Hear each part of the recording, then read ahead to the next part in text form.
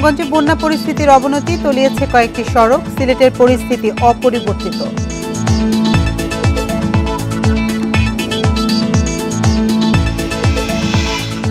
চতুর্থ ধাপে ৬০ উপজেলায় ভোট গ্রহণ কাল। ভোট কেন্দ্রে যাচ্ছে নির্বাচনী সরঞ্জাম। সুষ্ঠু ভোটের জন্য ইসির প্রস্তুতি শেষ।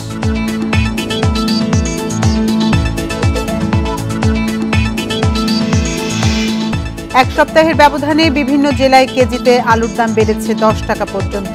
বেশি লাভের অভিযোগ ক্রেতাদের।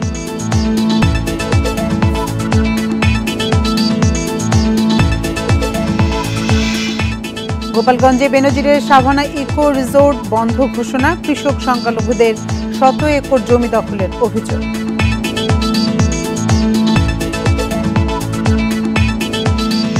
স্বাগত সমগ্র বাংলাদেশে। আপনাদের সাথে আছি আমি আতিফ আঞ্জুমান। শিরোনাম শুনছিলেন এতক্ষণ, এবার চলে যাচ্ছি পুরো খবরে। বৃষ্টি আর পাহাড়ি ঢলে সুনামগঞ্জের বন্যা পরিস্থিতির কিছুটা অবনতি হয়েছে। তাহিরপুর সুনামগঞ্জ সড়ক সহ কয়েকটি গ্রামীণ সড়ক তলিয়ে কয়েকটি জায়গার যোগাযোগ বিচ্ছিন্ন রয়েছে। সিলেট নগরীর ২৮টি ওয়ার্ডে এখনও প্রায় ১০,০০০ পরিবার পানিবন্দী। তবে উন্নতি হচ্ছে বন্যা পরিস্থিতির। সকাল ৬টা থেকে দুপুর ১২টা পর্যন্ত সুনামগঞ্জে ৩৫ মিলিমিটার ও সিলেটে ২৯ মিলিমিটার বৃষ্টিপাত হয়েছে। বৃষ্টি আর পাহাড়ি ঢলে সুনামগঞ্জে বিভিন্ন নদীর পানি বাড়ছে। সুরমা নদীর ছাতক পয়েন্টে পানি বিপদসীমার ৬৯ সেন্টিমিটার উপরে বইছে। জাদুকাটা নদীর পানি বাড়ায় তাহিরপুর সুনামগঞ্জ সড়কে ১.৫ কিলোমিটার তলিয়ে গেছে। যোগাযোগ বিচ্ছিন্ন হয়ে দুর্ভোগে পড়েছেন দুই উপজেলার লক্ষাধিক মানুষ। পানি রোড মারি লিছে, চলাচল করতে খুব অসুবিধা। এখন আগের পানি আমরা কিন্তু ঠিক আছে, এখন তো আরো সমস্যা, এখন বাড়ি তা হয় সমস্যা।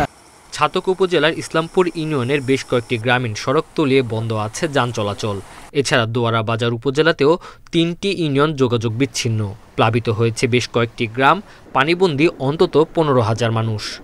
তোর পানির বেগ বলা যাইতেছে না কি পর্যন্ত হইব। হ্যাঁ, খুব অবস্থা তো খারাপ হয়ে যাওয়া যাইতেছে। রাস্তা হইলেই তো হইতো না, ব্রিজ দিতে হইব, এরপরে পানি যাওয়ার যাতে রাস্তা করতে হইব। বৃষ্টিপাত অব্যাহত থাকলে সুনামগঞ্জে বন্যা পরিস্থিতির অবনতি হতে পারে বলে আশঙ্কা করছে পানি উন্নয়ন বোর্ড। তো হাওরগুলো অলরেডি পরিপূর্ণ হয়ে গেছে। পরিপূর্ণ হয়ে গেলে এবং তাহলে বিপদসীমা অতিক্রম করলে এটা হয়তো প্রায় ৪৮ ঘন্টা বা তারও বেশি সময় স্থায়ী হতে পারে। সেক্ষেত্রে একটু জনদুর্ভোগ বাড়তে পারে এবং তখন বন্যা পরিস্থিতি অবনতি হতে পারে। এদিকে সুরমা নদীর পানি সিলেট পয়েন্টের বিপদসীমার ৫ সেন্টিমিটার নিচ দিয়ে প্রবাহিত হচ্ছে। নগরীর ২৮টি ওয়ার্ডে এখনও পানিবন্দী প্রায় ১০,০০০ পরিবার। ওয়ার্ডেই সব কাউন্সিলররা সচেতন আছেন, সবাই কাজ করছেন ওয়ার্ডে ওয়ার্ডে। আমরা শুকনা খাবার সবার কাছে পৌঁছে দিয়েছি। যেসব এলাকায় আশ্রয় কেন্দ্র হবে, আশ্রয় কেন্দ্র হয়ে গেছে, সেই সব এলাকায় আমরা রাত্রে থেকে রান্না করা খাবারও দেওয়ার ব্যবস্থা করব। সিলেটের বন্যা পরিস্থিতি ধীরে ধীরে উন্নতি হচ্ছে বলে জানিয়েছে পানি উন্নয়ন board. Tanzil Hasnat, Independent News. এ বিষয়ে বিস্তারিত জানাতে সিলেট ও সুনামগঞ্জ থেকে আমাদের সাথে যোগ দিচ্ছেন সহকর্মীরা। শুরুতেই যাচ্ছি সিলেটে, সেখানে আছেন সহকর্মী মঞ্জুর আহমেদ। মঞ্জুর, সিলেটের বন্যা পরিস্থিতির কিছুটা উন্নতি হয়েছে কিনা এবং এখনো কয়টি ওয়ার্ডের কি পরিমাণ মানুষ পানিবন্দী রয়েছেন?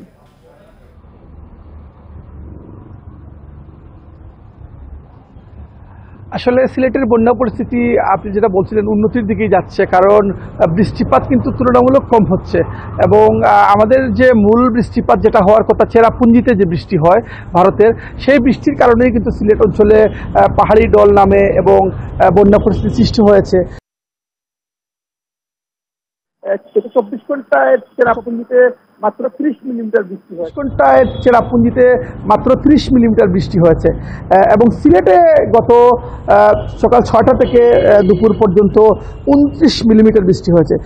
সিলেটে আসলে বৃষ্টিপাত কমে যাওয়ার কারণে বিশেষ করে যে সীমান্ত উপজেলাগুলো আছে এগুলোর বন্যা পরিস্থিতি বেশ উন্নতি হয়েছে, কিন্তু নগরে বেশ কিছু জায়গা জলাবদ্ধতা দেখা দিয়েছে এই বৃষ্টির কারণে। কারণ সিলেট নগর এবং সুরমা নদী পানি একেবারে লেভেল হয়ে যাওয়ার কারণে নগর থেকে নদীতে পানি নামতে পারছে না। এ কারণে ধীর গতিতে একটু পানি নামার কারণে কিন্তু নগরীতে বন্যা পরিস্থিতির অথবা জলাবদ্ধতার সৃষ্টি হয়েছে। সিলেটে আসলে এখন পর্যন্ত নগরীর নিচু যে এলাকাগুলো আছে এই এলাকাগুলোর প্রায় 10,000 মানুষ দুর্ভোগে আছেন, পানিবন্দী অবস্থায় আছেন। এখানে দুটি আশ্রয়কেন্দ্র রয়েছে, এই আশ্রয়কেন্দ্রগুলিতে কিছু মানুষ আশ্রয় নিয়েছেন। আমি এখন যে জায়গাটিতে আছি সিলেট নগরীর তালতলা এলাকার ফায়ার সার্ভিস স্টেশন, আপনি দেখতে পাচ্ছেন এই স্টেশনটি কিন্তু গত প্রায় 7 দিন ধরে পানির নিচে নিমজ্জিত রয়েছে, এখান থেকে পানি নামছে না। কারণ সুরমা নদীর সাথে কিন্তু এই যে একেবারে নদী লাগোয়া হওয়ার কারণে, একেবারে লেভেল হওয়ার কারণে পানির লেভেলটা এখান থেকে পানি ধীরগতিতে নামছে। এখানে বেশ দুর্ভোগেই রয়েছেন এখানকার ফায়ার সার্ভিস কর্মীরা। পাশাপাশি এখানকার কোটি কোটি টাকার যন্ত্রাংশ এখানে রাখা হতো, এখন এই যন্ত্রাংশগুলো রাস্তার মধ্যে নিয়ে রাখা হচ্ছে। আর সার্বিক বন্যা পরিস্থিতির কথা যদি আপনাকে বলি, সিলেটে কিন্তু পানি উন্নয়ন বোর্ড যেটা বলছে যে সার্বিক বন্যা পরিস্থিতি ধীরে ধীরে উন্নতি হচ্ছে, কিন্তু সুনামগঞ্জে বন্যা পরিস্থিতি অবনতি হবে। কারণ হচ্ছে এই সিলেটের পানি কিন্তু সুরমা নদী হয়ে সুনামগঞ্জের দিকে যাবে এবং হাওরগুলোতে এখন আপনি যেটা বলছিলেন যে সুনামগঞ্জের বন্যা পরিস্থিতি ধীরে ধীরে অবনতি হচ্ছে। কারণ সিলেট হচ্ছে উজান এবং সুনামগঞ্জ হচ্ছে মাটি, সে কারণে সিলেটে উন্নতি হবে এবং সুনামগঞ্জে ধীরে ধীরে অবনতি হওয়ার একটা আশঙ্কা রয়েছে। তবে বৃষ্টিপাতের বিষয়টা আবহাওয়া অফিস যেটা বলছে যে আগামী আরও 2 দিন হালকা থেকে মাঝারি বৃষ্টিপাতের পূর্বাভাস তারা দিয়েছে এবং তারা বলছে যে বৃষ্টিপাত হলে হয়তো সিলেট নগরীতে কিছুটা সমস্যা দেখা দিবে, স্থায়ী যে জলাবদ্ধতা সেটা হবে না, কিন্তু নগরীতে যে একটু বৃষ্টি হলেই পানি জমে যায়। কারণ সুরমা নদীর সাথে যে নগরীর ছড়াখালের সংযোগ আছে সেই সংযোগগুলো একেবারেই পরিপূর্ণ হয়ে গেছে। এ কারণে কিন্তু নগরীর পানিগুলো একটু ধীরগতিতে নামছে। এ কারণে নগরবাসীরা বেশ দুর্ভোগে আছেন। এখানে প্রায় 10,000 মানুষ দুর্ভোগ পাচ্ছেন। সিলেট সিটি কর্পোরেশনের পক্ষ থেকে, জেলা প্রশাসনের পক্ষ থেকে যারা বন্যার্ত আছেন, দুর্ভোগীরা যারা আছেন তাদের জন্য খাবার, শুকনো খাবারের ব্যবস্থা করা হচ্ছে। পাশাপাশি চাল, ডাল, যতটুকু আর্থিক সহায়তার প্রয়োজন জেলা প্রশাসনের পক্ষ থেকে সেগুলো করা হচ্ছে। মঞ্জুর, আপনি সাথেই থাকুন। এবার আমরা যেতে চাই সুনামগঞ্জে, সেখানে আছেন সহকর্মী জাকির হোসেন। জাকির, আমরা প্রতিবেদনে যেমনটি দেখছিলাম যে সুনামগঞ্জে বন্যা পরিস্থিতির কিছুটা অবনতি হয়েছে, তো পরিস্থিতি মোকাবেলায় আসলে প্রশাসন কি ধরনের পদক্ষেপ নিচ্ছে এবং কোন কোন নদীর পানি বিপদসীমার উপর দিয়ে বইছে?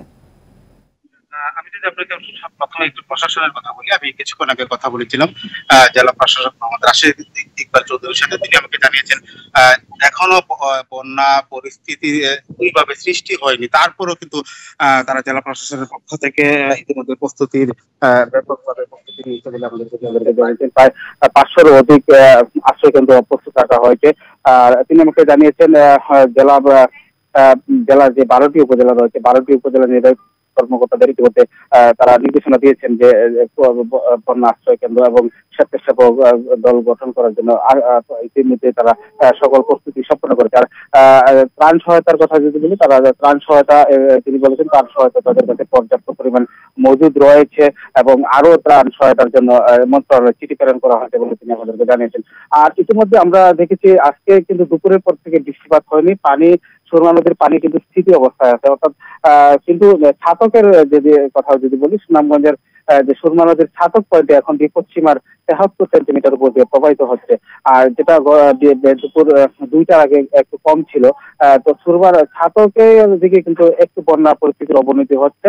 আমি কথা বলেছিলাম ওই ছাতক উপজেলা নির্বাহী কর্মকর্তার সাথে, তিনি আমাকে জানিয়েছেন তার উপজেলার 3টি ইউনিয়নের মানুষ এখন পানিবন্দী অবস্থায় আছে। পানিবন্দী বলতে আমরা যেটা বলছি, তিনি আমাদেরকে যেটা জানিয়েছেন এবং আমরা যেটা খবর পাচ্ছি, বসতভিটা এখন পর্যন্ত কিন্তু পানি উঠেনি। পানি উঠেছে সড়ক, অভ্যন্তরীণ যে সড়কগুলো রয়েছে সেই সব সড়ক কিন্তু একেবারেই ডুবে গেছে। আর এছাড়াও আপনাকে আরেকটা বিষয় বলে রাখি, আপনি জানেন সুনামগঞ্জ থেকে যে তাহিরপুর উপজেলা সরাসরি সড়ক যোগাযোগ ব্যবস্থা সেটা একেবারে বিচ্ছিন্ন আছে। এই সড়কের প্রায় 1.5 কিলোমিটার অংশ পানির নিচে তলিয়ে আছে, যার ফলে এখনো যান চলাচল কবে নাগাদ স্বাভাবিক হবে সেটা এখন এই জন্য এই এলাকার মানুষ কিন্তু অনেকে দুর্ভোগে পড়েছেন। প্রায় লক্ষাধিক মানুষ বলা যায়। অনেক যানবাহন আমরা দেখেছি গতকালকে, যেই সব যানবাহন ঢাকা থেকে পণ্য নিয়ে তাহিরপুর উপজেলা সদরে এসেছিল সেই সব যানবাহনও কিন্তু আটকা পড়েছে। আর সার্বিকভাবে আমরা বলতে পারি বৃষ্টিপাত অব্যাহত যদি থাকে তাহলে কিন্তু বন্যা পরিস্থিতির অবনতির দিকে যেতে পারে বলে আমাদেরকে জানিয়েছেন পানি উন্নয়ন বোর্ডের নির্বাহী প্রকৌশলী। আমি তার সাথে কথা বলেছিলাম, পানি উন্নয়ন বোর্ডের নির্বাহী প্রকৌশলী মামুন হাওলাদার আমাকে বলেছেন আগামী 48 ঘন্টা কিন্তু পানি বৃদ্ধি অব্যাহত থাকতে পারে, বৃষ্টিপাতও অব্যাহত থাকতে পারে। যদিও এখন পর্যন্ত বৃষ্টিপাত নেই, কিন্তু আগামী 5 দিন সুনামগঞ্জে বৃষ্টিপাত হওয়ার একটা শঙ্কার কথা তিনি আমাদেরকে জানিয়েছেন। আর সিলেটে যদিও বন্যার পানি উন্নতি হচ্ছে, কিন্তু সিলেটের পানিটা কিন্তু সুনামগঞ্জের দিকেই বয়ে আসে, সবসময় আমরা দেখে আসছি। সিলেটে বন্যা হওয়ার মধ্যে আসলে সুনামগঞ্জের বন্যা পরিস্থিতি অবনতির দিকে যায়। তো সার্বিকভাবে আমরা বলতে পারি সুনামগঞ্জের সুরমা নদীর পানি বৃদ্ধি অব্যাহত আছে। যদি আবারও বৃষ্টিপাত হয় তাহলে কিন্তু বন্যা পরিস্থিতির অবনতি দিকে যেতে পারে। এই ছিল আমার কাছে সুনামগঞ্জের বন্যা পরিস্থিতির সর্বশেষ। সুনামগঞ্জ থেকে বন্যা পরিস্থিতির সবশেষ তথ্য জানাচ্ছিলেন আমাদের সহকর্মী জাকির হোসেন। উপজেলা পরিষদ নির্বাচনের চতুর্থ ধাপের জন্য ভোট কেন্দ্রে পাঠানো হচ্ছে নির্বাচনী সরঞ্জাম। নির্বাচন ঘিরে এরই মধ্যে সব প্রস্তুতি সম্পন্ন করেছে নির্বাচন কমিশন। যে কোনো ধরনের অপ্রীতিকর পরিস্থিতি মোকাবেলায় নির্বাচনী এলাকায় মোতায়েন থাকবে আইন শৃঙ্খলা বাহিনী। উপজেলা পরিষদ নির্বাচনের চতুর্থ ধাপের ভোট গ্রহণ বুধবার। মঙ্গলবার সকাল থেকেই কেন্দ্রে কেন্দ্রে পাঠানো হয় নির্বাচনী সরঞ্জাম। বরিশালের উজিরপুর, বানারীপাড়া ও বাবুগঞ্জ উপজেলা নির্বাচনে প্রতিটি কেন্দ্রে পাঠানো হয়েছে নির্বাচনী সরঞ্জাম। নির্বাচন সুষ্ঠু করতে পুলিশ, র্যাব, আনসার, নৌপুলিশ, কোস্টগার্ড ও বিজিবি মোতায়েন করা হয়েছে। প্রতিটা ভোট কেন্দ্রের অবস্থান বিবেচনা করে আমরা একটা কম্প্রিহেন্সিভ একটা সিকিউরিটি প্ল্যান করেছি।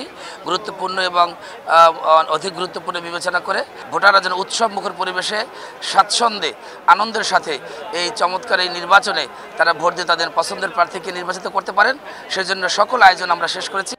যশোর সদরের নির্বাচন মামলা জটিলতায় তৃতীয় থেকে পিছিয়ে চতুর্থ ধাপে অনুষ্ঠিত হচ্ছে। নির্বাচন উপলক্ষে কেন্দ্রগুলোতে পাঠানো হয়েছে সরঞ্জাম। উপজেলার 219টি কেন্দ্রে ভোট গ্রহণ হবে ইভিএমে। ঘূর্ণিঝড় রিমালের কারণে তৃতীয় ধাপে স্থগিত হওয়া চাঁদপুরের কচুয়া ও ফরিদগঞ্জ উপজেলা নির্বাচনে 228টি ভোট কেন্দ্রে পাঠানো হয়েছে ইভিএম সহ সকল সরঞ্জাম। ফরিদগঞ্জ এবং কচুয়া উপজেলার নির্বাচনটা নির্ধারিত ছিল 29 তারিখ। প্রাকৃতিক দুর্যোগের কারণে এটা তখন স্থগিত হয়ে এখন আগামী 5 তারিখে নির্বাচন হতে যাচ্ছে। নির্বাচনের সকল প্রস্তুতি আমাদের সম্পন্ন। আমাদের প্রায় 4 স্তরের নিরাপত্তা বেষ্টনী থাকবে। আজকে আপনারা জানেন যে আমাদের মালামাল কেন্দ্রে কেন্দ্রে পৌঁছে যাচ্ছে, আগামীকালকে ভোট হবে। ফেনীর ছাগলনাইয়া উপজেলার 54টি ভোট কেন্দ্রে পর্যাপ্ত নিরাপত্তায় পাঠানো হয়েছে নির্বাচনী সরঞ্জাম। এছাড়া চট্টগ্রামের লোহাগড়া ও বাঁশখালী এবং নওগাঁ সদর, মান্দা ও মহাদেবপুর সহ চতুর্থ ধাপের নির্বাচনী কেন্দ্রগুলোতে সরঞ্জাম পাঠানো হয়েছে। Tania Nasrin, independent news. পাবনার আটঘরিয়ায় পরাজিত উপজেলা চেয়ারম্যান প্রার্থীর সমর্থকদের হামলায় বিজয়ী প্রার্থীর 5 সমর্থক আহতের ঘটনায় এখনো মামলা হয়নি। এর আগে সোমবার রাতে পরাজিত প্রার্থী সাইফুল ইসলাম কামালের সমর্থকরা জয়ী তানভীর ইসলাম ও তার সমর্থকদের উপর হামলা চালায়। এ সময় ভাঙচুর করা হয় উপজেলা আওয়ামী লীগ কার্যালয় ও 3টি মোটরসাইকেল। আহতদের উদ্ধার করে ভর্তি করা হয় উপজেলা স্বাস্থ্য কমপ্লেক্সে। পুলিশ বলছে তদন্ত করে জড়িতদের বিরুদ্ধে ব্যবস্থা নেওয়া হবে। তাদের বিরুদ্ধে আমাদের অভিযান বা গ্রেপ্তার অভিযান অব্যাহত আছে এবং এটা সুষ্ঠু তদন্ত করে এর সাথে যারাই জড়িত থাকুক তাদের বিরুদ্ধে দৃষ্টান্তমূলক শাস্তির ব্যবস্থা আমরা করব। বাজার চাহিদার তুলনায় হিমাগার থেকে সরবরাহ কম থাকায় বাজারে বেড়েছে আলুর দাম। সপ্তাহের ব্যবধানে বাজারে কেজিতে 5 থেকে 10 টাকা বেড়েছে আলুর দাম। এছাড়া বৈরী আবহাওয়া ও ভারত থেকে আলু আমদানি কম হওয়ায় বাজারে আলুর দামে প্রভাব পড়েছে। ক্রেতারা বলছেন মধ্যস্বত্বভোগীদের অধিক মুনাফার কারণে বাজারে বৃদ্ধি পেয়েছে আলুর দাম। বাজারে আবারও চড়া আলুর দাম। বগুড়ায় 2 দিনের ব্যবধানে কেজিতে 5 থেকে 8 টাকা পর্যন্ত বেড়েছে দাম। বিক্রি হচ্ছে 55 থেকে 60 টাকায়। খুচরা বিক্রেতাদের অভিযোগ, হিমাগার থেকে 42 থেকে 43 টাকায় আলু বিক্রির নির্দেশনা থাকলেও তা মানা হচ্ছে না। আলু বিক্রি হচ্ছে হলেন আলু 50 টাকা কেজি, প্যাকেট বিক্রি হচ্ছে 60 টাকা কেজি। গত 2 দিন আগে হলেন আলু বিক্রি হচ্ছে 45 টাকা কেজি। এই ব্যবধানে কেজিকে 5-10 টাকা কেজি প্রতি আপনি বেশি। মুন্সিগঞ্জ, ফরিদপুর ও দিনাজপুরের বাজারে সপ্তাহের ব্যবধানে আলুর দাম কেজিতে 10 টাকা বেড়ে বিক্রি হচ্ছে 55 থেকে 60 টাকায়। এর পেছনে বৈরী আবহাওয়া ও ভারত থেকে আমদানি কমে যাওয়াকে কারণ হিসেবে উল্লেখ করছেন আড়তদাররা। যখন বুনছি ওই সময় আলুর সিজন শেষ, আমরা স্টোরে আলু যা রাখছি না ওই আলুও শেষ। আমরা বিছন পাবো কোথায়? একটা গাড়ি নিতে গেলে আগে 10 টাকা যেত, এখন লোকে 20 টাকা। তো এখানে বাইরে গেল গা, এই জন্য মালের দরটা একটু বেশি পড়তেছে। নওগাঁ ও জয়পুরহাটেও বেড়েছে আলুর দাম। খুচরা বিক্রেতাদের অভিযোগ, হিমাগার থেকে আলু কম সরবরাহ করায় বেড়েছে দাম। আর ক্রেতারা দুষছেন মধ্যস্থতাভোগীদের। পাইকারি কিনা 1900 টাকা মন, 47.5, বিক্রি 50। স্টিক আলু, গুটি আলু কিনা 55, বিক্রি 60।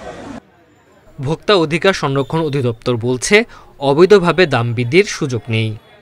কোল্ড স্টোরেজ পর্যায় থেকে যে আলুগুলো বাজারে ছাড়া হচ্ছে সেই বিক্রেতাদেরকে আমি বলবো যে অবশ্যই আপনারা পাকা ভাউচার অথবা পাকা রসিদ সংরক্ষণ করবেন এবং যারা ক্রেতা আছেন তারা অবশ্যই আপনাদের ক্রয় রসিদটি সংরক্ষণ করবেন, অন্যথায় আপনাদের বিরুদ্ধে আইনানুগ ব্যবস্থা গ্রহণ করা হবে।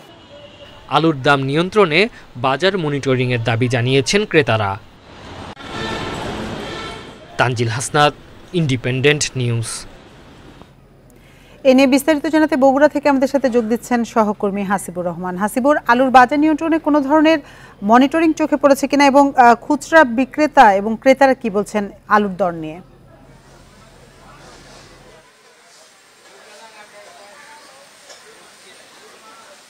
না, মনিটরিংয়ের কোনো বিষয় আমার নজরে আসেনি, কোনো খবরও এরকম পাইনি যে কোথাও মনিটরিং হচ্ছে। অন্যান্যবার আমরা এই সময়টাতে যখন আলুর মূল্য বৃদ্ধির বিষয়টি দেখতে পেয়েছি অথবা জানতে পেরেছি তখন জেলা প্রশাসনের পক্ষ থেকে মনিটরিং করা হতো, মোবাইল কোর্ট বা ভ্রাম্যমাণ আদালত বসানো হতো। এবার তেমনটা আমরা দেখতে পাইনি, শুনতেও পাইনি। আর খুচরা ব্যবসায়ীরা যেটি বলছেন যে পাইকারি বাজার থেকে তারা যখন কিনছেন, বিশেষ করে কোল্ড স্টোরেজ থেকে যখন তারা আলু কিনছেন তখনই যে দরে তাদের পাওয়ার কথা সেটি তারা পাচ্ছে না। অধিকাংশ ক্ষেত্রেই সাধারণ মানের যে আলু, যেটাকে আমরা স্টিক আলু বলি, সেটা কিনতে হচ্ছে এখন 42-43 টাকা, কোনো ক্ষেত্রে আরও একটু বেশি। সেই আলুই তারা খুচরা বাজারে এখন বিক্রি করছে 49-50 টাকা কেজি। আর একটা আলু রয়েছে যেটিকে আমরা ফাটা পাখি বলি, এটি একেবারে সাধারণ মানুষের খুবই প্রিয় একটি আলু। সেটির ক্ষেত্রে আমরা যেটা দেখেছি যে 50-52 টাকা করে তারা কোল্ড স্টোরেজ বা পাইকারদের কাছ থেকে কিনছে, সেটি এখন বিক্রি হচ্ছে 60 টাকা দরে। আর যেটি একেবারে উচ্চমানের আলু যেটাকে আমরা বলি হাগড়াই, সেটির দাম 60, কোথাও আরও বেশি। এইরকম একটি পার্থক্য আমরা দেখতে পেয়েছি। যদিও খুচরা বিক্রেতাদের বক্তব্য বা দাবি যে গত বছরের তুলনায় এখন পর্যন্ত আলুর দাম বেশ কিছুটা কম রয়েছে, কিন্তু যারা দীর্ঘদিন ধরে আলুর ভোক্তা তারা বলছেন যে গত 2 বছর ধরে আলুর দাম অনেক বৃদ্ধি পেয়েছে। আর যারা পাইকারি বিক্রেতা, বিশেষ করে কোল্ড স্টোরেজ মালিক এবং যারা কোল্ড স্টোরেজে মাল রেখেছেন, তাদের বক্তব্য হলো যে যেহেতু আলু তাদেরকে সংগ্রহের জন্যই কিনতে হয়েছে বেশি টাকা দরে, সেই জন্য তাদের দাম এবার একটু বেশি পড়েছে। আমরা যেটুকু তথ্য নিয়ে জানতে পেরেছি যে ইতিমধ্যেই ভারত থেকে বেশ কিছু আলু বাংলাদেশে এসেছে। বিশেষ করে 12ই মে পর্যন্ত যে আলু এসেছে সেটি প্রতিদিনই গড়ে হেলিপোর্ট দিয়ে 15 থেকে 20 ট্রাক পর্যন্ত দিনে আলু এসেছে বাংলাদেশে। আর গত 2 দিন ধরে যে আলু আসছে তাতে 2 দিনে এ পর্যন্ত 56 মেট্রিক টন আলু বাংলাদেশে আমদানি করা হয়েছে। সরকার এবার আলু আমদানির ক্ষেত্রে কিছু শিথিলও করেছেন, যে আবেদন করলে আলু আমদানি করতে দেওয়া হচ্ছে, এরকম তথ্য দিচ্ছেন হিমাগার মালিকরা। আর একটা বিষয় জানিয়ে রাখি যে আলু যে ধরনের সংরক্ষণ ব্যবস্থা থাকা উচিত সেটি এদিকের হিমাগারগুলোতে রয়েছে, কিন্তু অধিকাংশ ক্ষেত্রে আমরা দেখতে পাই যে হিমাগারের ভিতরে যে আলু রাখার সিস্টেম বা পদ্ধতি সেটি অনেক ক্ষেত্রেই যা ধারণ ক্ষমতা তার চেয়ে বেশি রাখা হয় এবং সেই বিষয়টি মনিটরিং করা হচ্ছে না, যে কারণে আলুর যে একটা বিষয় বাড়তি মজুতদারির যে সুযোগ থাকে সেটিও এখন আমরা এদিকে দেখতে পাচ্ছি। আপনি জানেন যে উত্তরবঙ্গের অন্যতম বড় একটি আলু উৎপাদনকারী এলাকা বগুড়া এবং জয়পুরহাট, সেখানেও এবার প্রায় 50টির মতো হিমাগারে আলু সংরক্ষণ করা হয়েছে এবং যারা আলু সংরক্ষণ করেছে তারা বলছেন যে এবারে অতিরিক্ত দামি তারা আলু কিনেছেন। আর আমি বাজারে খবর নিয়ে যেটি দেখতে পেয়েছি যে প্রতি বস্তা আলুতে, যেটি 60 কেজি ওজন, সেখানে এখনই তারা প্রতি বস্তা আলুতে 1200 টাকার মতো লাভ করছে। অর্থাৎ মাত্র 2 মাসের ব্যবধানে এবার লাভের অঙ্ক দাঁড়িয়েছে 1000 টাকা, কোনো ক্ষেত্রে 1200 টাকা প্রতি বস্তায়। সব মিলিয়ে আগামীতে আরও আলুর দাম বাড়তে পারে এরকম একটা সংখ্যার কথাই বলছেন যারা খুচরা বিক্রেতা তারা। তবে আমদানি যদি স্বাভাবিক করা যায় তাহলে হয়তো বাজার নিয়ন্ত্রণে থাকবে, এই প্রত্যাশার কথাও তারা আমাদেরকে জানিয়েছেন। বগুড়া থেকে আলুর বাজার নিয়ে জানাচ্ছিলেন সহকর্মী হাসিবুর রহমান। সমতলে কয়েকশো একর জমির পাশাপাশি পাহাড়েও শতাধিক একরের ফলবাগান এবং পশু ও মৎস্য খামার গড়েছেন সাবেক পুলিশ প্রধান বেনজির আহমেদ। এভাবে পাহাড়ে জায়গার বেচাকেনা নিষিদ্ধ হলেও বেনজির আহমেদ তা মানেননি। গোপালগঞ্জের কয়েকশো একর জমিতে গড়ে তোলা রিসোর্ট গত রোববার থেকে বন্ধ ঘোষণা করা হয়েছে। অভিযোগ আছে কৃষক ও সংখ্যালঘুদের জবরদস্তিমূলক উচ্ছেদের মাধ্যমে এসব জমি দখল করা হয়েছে। গোপালগঞ্জ সদর উপজেলার বৈরাগীটল গ্রামে সাভানা ইকো রিসোর্ট সহ 1400 বিঘা জমির মালিক সাবেক পুলিশ প্রধান বেনজির আহমেদ। অভিযোগ আছে বিশাল এই রিসোর্ট তৈরির পেছনে রয়েছে অনেক মানুষের নিঃস্ব হওয়ার দীর্ঘশ্বাস আর হাহাকার। স্থানীয় কৃষক ও সংখ্যালঘু সম্প্রদায়ের অনেককে ভয় দেখিয়ে জোর করে জমি নিয়েছেন বেনজির। রাজি না হলে নির্যাতনের শিকার হওয়ারও অভিযোগ অনেকের, এমনকি দেশ ছাড়তে বাধ্য হয়েছেন কেউ কেউ। বেনজিরকে এই জোর জবরদখলে সহায়তা করেছেন পুলিশ ও র্যাবেরই কিছু সদস্য। 43% পুকুর সে ওইভাবে মানে কি ভয় দেখাইয়া সে মানে এই দেশের দেশান্তরী চলে গেছে ইন্ডিয়া। এটা নিয়ে এখানকার মানুষ কখনো মুখ খুলেনি ভয়ে এবং আতঙ্কে, এবং এখানে অনেক প্রশাসনের কর্মকর্তারা মাঠ পর্যায়ে কাজ করতেন। কিছু টাকা আমাদের বায়না বাবদ দিয়ে সে পুরো দখলে পুরো বেড়া দিয়ে আটকাইয়া আমাদের বাড়ি সংলগ্ন না, বাড়ির থেকে বেরোতে গেলেও ওই বেড়াই বা দিয়ে বেরোতে হয়। কেবল সমতলেই সম্পদের পাহাড় গড়েননি বেনজির আহমেদ, অঢেল সম্পদের মালিকানা তার পাহাড়েও। বান্দরবান সদরের সুয়ালেক ও লামায় নিজের এবং স্ত্রী ও মেয়ের নামে 100 একরের বেশি জমি রয়েছে। সেখানে বাগানবাড়ি, মাছ ও গরুর খামার, ফলের বাগান তৈরি করেছেন। এখানেও ক্ষমতার জোরে জমি দখলের অভিযোগ পুলিশের এই সাবেক মহাপরিদর্শকের বিরুদ্ধে। বাগানে প্রায় পরিবার 64 পরিবার অল্প টাকা নিয়ে তাকে বিক্রি করে দেয়, দাম কম নিয়ে এরা নিয়ে নিচ্ছে জোর করে। যদিও এসব বিষয়ে কিছুই জানা নেই বলে দাবি জেলা পুলিশ সুপারের। এসপির জায়গা আছে নাকি মানে অন্য কারো জায়গা আছে কিনা অ্যাকচুয়ালি আমার নলেজে নাই। এতদিন ভয়ে মুখ খুলতে না পারলেও এবার অসহায় ভুক্তভোগীরা জমি ফিরিয়ে দেওয়ার দাবি তুলেছেন। সরকার এ বিষয়ে ব্যবস্থা নেবে বলে আশা তাদের। Tania Nasrin, independent news. সর্বজনীন পেনশন স্কিম বাতিল সহ বিভিন্ন দাবিতে অর্ধদিবস কর্মবিরতি পালন করেছেন বিভিন্ন পাবলিক বিশ্ববিদ্যালয়ের শিক্ষকরা। সকালে রাজশাহী বিশ্ববিদ্যালয়ের সিনেট ভবনের সামনে কর্মসূচিতে শিক্ষক নেতারা অভিযোগ করেন, সর্বজনীন পেনশনের আড়ালে শিক্ষকদের বঞ্চিত করা হচ্ছে। একই দাবিতে অর্ধদিবস কর্মবিরতি পালন করেছেন সিলেট কৃষি বিশ্ববিদ্যালয়ের শিক্ষকরা। শিক্ষক সমিতির আয়োজনে এতে অংশ নিয়ে শিক্ষক নেতারা বৈষম্যমূলক সর্বজনীন পেনশন সংক্রান্ত প্রজ্ঞাপন বাতিলের দাবি জানান। ময়মনসিংহে বাংলাদেশ কৃষি বিশ্ববিদ্যালয়ের শিক্ষকরা প্রশাসনিক ভবনের সামনে অবস্থান নিয়ে একই কর্মসূচি পালন করেন। এছাড়া মৌন মিছিল এবং মানববন্ধন এবং কর্মবিরতি পালন করেছেন খুলনা বিশ্ববিদ্যালয়, টাঙ্গাইলে মাওলানা ভাসানী বিজ্ঞান ও প্রযুক্তি বিশ্ববিদ্যালয়, দিনাজপুরে হাজী মোহাম্মদ দানেশ বিজ্ঞান ও প্রযুক্তি বিশ্ববিদ্যালয়ের শিক্ষকরা। পেনশন স্কিম হতে বিশ্ববিদ্যালয় সমূহকে বাতিলের দাবিতে আমাদের আজকের এই মানববন্ধন এবং মৌন মিছিল কর্মসূচি। একটি ষড়যন্ত্র চলছে, এটা অত্যন্ত দুর্ভাগ্যজনক। আমরা চাই আমরা যেখানে সাবেক ছিলাম সাবেকে বহাল থাকতে চাই। বৈষম্যমূলক শুধু না, এটা আমাদের জন্য অপমানজনক। কারণ হচ্ছে যে এটা বিশ্ববিদ্যালয়ের মধ্যে একটা ক্লাস তৈরি করে ফেলবে। কারণ এলাকার আধিপত্য নিয়েই চট্টগ্রামের আগ্রাবাদে কিশোর মোহাম্মদ আজিমকে হত্যা করা হয়েছে বলে জানিয়েছে পুলিশ। এই ঘটনায় জড়িত সন্দেহে 4 জনকে আটক করা হয়েছে। পুলিশ জানায়, গতরাতে নগরীর চৌমোহনী এলাকার কাঁচা বাজারের পেছনে একা দাঁড়িয়েছিল আজিম। এ সময় 5 থেকে 6 জনের কিশোর দল তার উপর হামলা চালায় এবং ছুরিকাঘাত করে পালিয়ে যায়। পরে স্থানীয়রা তাকে উদ্ধার করে চট্টগ্রাম মেডিকেলে নিয়ে গেলে চিকিৎসক মৃত ঘোষণা করেন। নিহতের স্বজনরা জানায়, আজিমের ভগ্নিপতির সাথে দ্বন্দ্বের জেরে বখাটেরা তাকে হত্যা করেছে।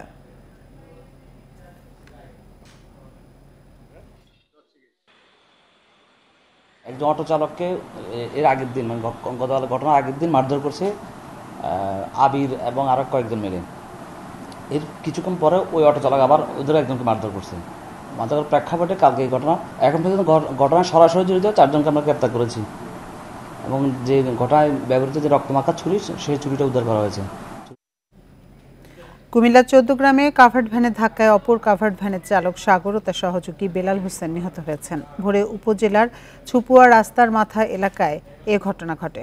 পুলিশ জানায়, চট্টগ্রামে যাওয়ার পথে ইঞ্জিন বন্ধ হয়ে মাঝপথে থেমে যায় সাগরের কাভার্ড ভ্যান। ইঞ্জিন চালুর জন্য অন্য একটি কাভার্ড ভ্যান সেটিকে ধাক্কা দেয়। এ সময় 2 কাভার্ড ভ্যানের মাঝে চাপা পড়ে মারা যান চালক সাগর ও তার সহযোগী বেলাল।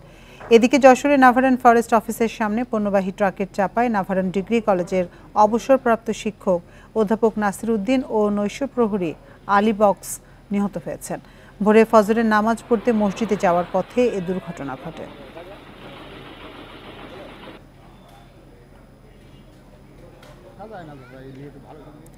নিষিদ্ধ হওয়া সত্ত্বেও লক্ষ্মীপুরে বেড়েই চলছে শিশু শ্রমিক। প্রতিনিয়তই নির্যাতনের শিকার হচ্ছে কোমলমতি শিশুরা। এতে উদ্বিগ্ন সচেতন মানুষ। সমাজসেবা অধিদপ্তর বলছে, শিশু শ্রম নিয়ন্ত্রণ ও প্রতিরোধে কাজ করছে তারা। যে বয়সে স্কুলে পড়াশোনা আর খেলাধুলায় ব্যস্ত থাকার কথা, সেই বয়সে ঝালাইয়ের মতো নানা ঝুঁকিপূর্ণ কাজ করছে শিশুরা। লক্ষ্মীপুরের প্রায় সব কলকারখানায় শিশু শ্রমিক রয়েছে, যাদের দিয়ে করানো হচ্ছে ভারী সব কাজ। বিনিময়ে দেয়া হচ্ছে নামমাত্র পারিশ্রমিক। সমাজসেবা অধিদপ্তরের তথ্য বলছে 2020 সালে লক্ষ্মীপুরে শিশু শ্রমিক ছিল 2500। 2024-এ এসে তা দাঁড়িয়েছে 10,000-এ। কাজ করতেছি যে আমাকে পরিবারের চলার জন্য, আমার ভাই বোন সবাদের চলার জন্য। শিশু শ্রম যদি কন্টিনিউ থাকে তাহলে সমস্যা হলো তারা শিক্ষা থেকে বঞ্চিত হয়, স্বাস্থ্য ঝুঁকিতে থাকে। নাগরিক সমাজ বলছে অপরাধ জেনেও কম পারিশ্রমিকের সুযোগ কাজে লাগাচ্ছেন প্রতিষ্ঠান মালিকরা। এই আইনে কিশোরদের বলা আছে 14 থেকে 18 বছর, ওই কিশোরদেরকে বলা আছে হলো মানে তাদের ডিউটি হবে সর্বোচ্চ 5 ঘন্টা, কিন্তু এদেরকে ডিউটি শিশু এবং কিশোর ডিউটি করানো হচ্ছে 24 ঘন্টা, এর মধ্যে 18 ঘন্টায় তাদেরকে কাজ করানো হচ্ছে, শুধুমাত্র কম বেতনের কারণে, কম পয়সার কারণে, কম বেতনে পাওয়ার কারণে। সমাজসেবা অধিদপ্তরের কর্মকর্তারা বলছেন শিশু শ্রম নিয়ন্ত্রণ ও নির্যাতন বন্ধে কাজ করছে তারা। শিশু শ্রম যাতে উৎসাহিত না হয় এবং শিশু শ্রমিক যাতে না বাড়ে সেই বিষয়ে আমরা সমাজসেবা বিভাগ সর্বদা সচেতন আছি। টোল ফ্রি নাম্বার আছে 1098, সেই নাম্বারেও সারা দেশের নির্যাতিত শিশুদের পাশে আমরা সবসময় দাঁড়াই। জেলায় গত 3 বছরে কাজে গিয়ে নির্যাতনের শিকার হয়েছে অন্তত 30 জন শিশু। Independent News. জামালপুর ও হবিগঞ্জে বজ্রপাতে 3 জন নিহত হয়েছেন। সকালে জামালপুরের সরিষাবাড়ি উপজেলার সাতপোয়া ইউনিয়নে নিহত হন এক কৃষক। স্বজনরা জানান বাড়ির পাশে জমিতে কাজ করতে যান ফরিদ মিয়া সহ কয়েকজন। হঠাৎ বৃষ্টির সঙ্গে বজ্রপাত হলে ঘটনাস্থলে ফরিদ মিয়ার মৃত্যু হয়। আহত হন আরও 2 জন। তাদের উদ্ধার করে সরিষাবাড়ি হাসপাতাল ও পরে জামালপুর জেনারেল হাসপাতালে ভর্তি করা হয়। এদিকে হবিগঞ্জের চুনারুঘাটে বজ্রপাতে মারা গেছেন আরও 2 জন। পাকতে শুরু করেছে দিনাজপুরের লিচু। লাল রঙের রঙিন এখন লিচুর বাগানগুলো। লিচু পাড়া এবং বাজারজাতকরণে ব্যস্ত সময় পার করছেন বাগান মালিক ও ব্যবসায়ীরা। ভোর থেকে পাইকারি বাজার ও বাগানগুলোতে চলছে লিচুর বেচাকেনা। দাম ভালো হওয়ায় খুশি বাগান মালিক ও ব্যবসায়ীরা। তাপপ্রবাহের কারণে মৌসুমের শুরুতে দিনাজপুরের বেদানা ও চায়না 3 জাতের লিচুর কিছুটা ক্ষতি হয়। তবে সেচ দিয়ে যত্ন নেওয়ায় বোম্বাই ও মাদ্রাজি সহ অন্যান্য জাতের লিচুর ফলন ভালো হয়েছে। দামও মিলেছে ভালো। বাগান থেকে অনেক ব্যবসায়ী সরাসরি লিচু নিয়ে যাচ্ছেন ঢাকা, চট্টগ্রাম সহ বিভিন্ন জেলায়। বর্তমানে এবার পানি শেষ, 8 থেকে 10 বার দিছি একটা বাগানে। আর লিচুর ফলনও ভালো, দামও আশা করি ভালো হবে। আমার এখানে বোম্বাই লিচু, বুঝতে পারছেন, মোটামুটি 300 গাছ, তো ফলন বছরে ভালোই, দামটাও ভালোই। দিনাজপুরের পাইকারি লিচু বাজার নিউ টাউনে মানভেদে প্রতি হাজার মাদ্রাজি ও বোম্বাই জাতের লিচু বিক্রি হচ্ছে 1,500 টাকা থেকে 3,000 টাকা দরে। বোম্বাই আছে, মাদ্রাজিও আছে, বোম্বার বাজারও ভালো, আপনার মাদ্রাজি বাজারও ভালো। ভালো লিচুর রেট চলতেছে আপনার 3,3200 টাকা, মানে 300 টাকা শ পাইকারি চলতেছে। বেদানা ও চায়না 3 জাতের লিচু পুরোপুরি বাজারে আসতে আরও সপ্তাহখানিক সময় লাগবে। এখন সামান্য যা উঠেছে দাম চড়া। বেদানা আপনার 4,000 থেকে নিয়ে আপনার সর্বোচ্চ 7,000 টাকা পর্যন্ত চলছে। বেদানা ফলন একেবারেই কম, এটা সাইজের উপর দাম হয়। এবং চায়না 3ও আপনার মনে করেন যে 5,000 থেকে নিয়ে 8,000 পর্যন্ত চলছে। দিনাজপুর জেলায় 5,481 হেক্টর জমিতে লিচু বাগান রয়েছে 5,418টি, আর বসতবাড়ির উঠান সহ আশপাশে লিচু বাগান রয়েছে 7 লাখের বেশি। Independent news. আর এই ছিল সমগ্র বাংলাদেশের আজকের আয়োজনে। ইন্ডিপেন্ডেন্ট টেলিভিশনের সব খবরে বিস্তারিত জানতে চোখ রাখুন ফেসবুক, ইউটিউব এবং এক্সে। এতক্ষণ সাথে থাকার জন্য ধন্যবাদ সবাইকে।